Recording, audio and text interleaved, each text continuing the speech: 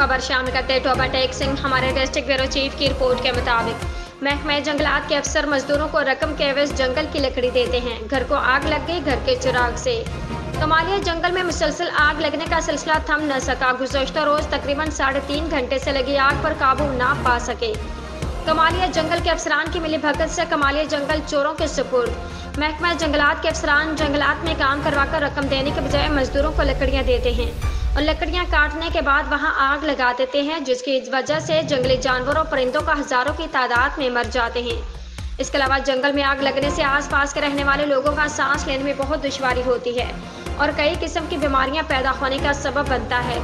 City press club Kamalia के नायब सदर गुलजार अहमद रहमानी अपनी टीम के साथ मौका पर पहुंचकर अफसरान को फ़ोन किया और बताया कि यहाँ आग लगने से बहुत नुकसान हो रहा है और आगे से जवाब आया कि क्या नुकसान हुआ है समझ नहीं आती। आवाम के टैक्सों से अफसरान को तनख्वाहें मिलती हैं और इसके बावजूद कमालिया जंगल चोरों के सुपुर्द कर दिया गया है।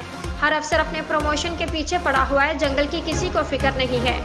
हमारी गवर्नमेंट ऑफ पाकिस्तान के समाजी और फलाही तंजीमों के अलावा इलाका मकीनों ने कमिश्नर फैसलाबाद, वजीर जंगलात मरीम औरंगजेब और वज़ीर आला पंजाब मरीम नवाज शरीफ से अपील है कि इन काली भेड़ों को महकमों से बर्खास्त करके उनके खिलाफ कानूनी कार्रवाई अमल में लाई जाए।